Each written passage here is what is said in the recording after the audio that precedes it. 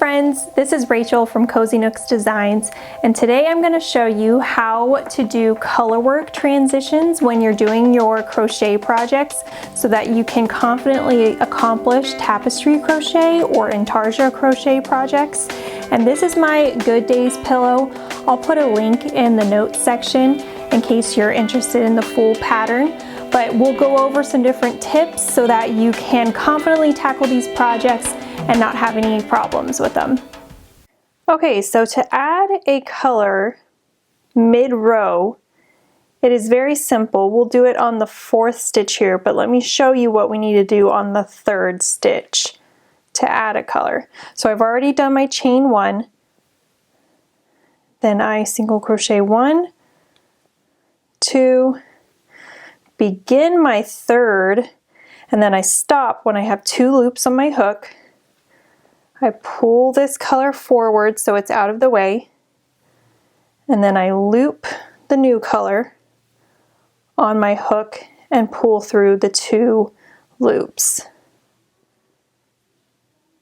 Then I move the cream color to the back of the work and then single crochet like normal. So you can see we switched colors on the 3rd single crochet, but the color doesn't come through until the 4th here. And if you look at the back, we have our tail here, and we can just leave this here until the end of the project, and that's when we would weave it in and secure it more. But while we're working on it, just having it lay here on the back is perfectly fine and acceptable.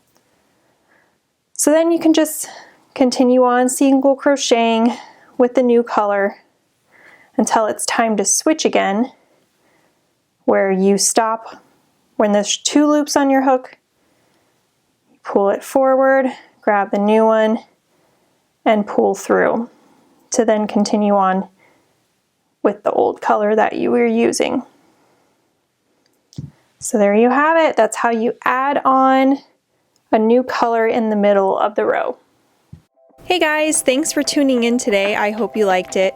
I am Rachel from Cozy Nooks Designs, and make sure that you give it a thumbs up, comment if you have any questions, and subscribe to my channel for future free patterns and tips.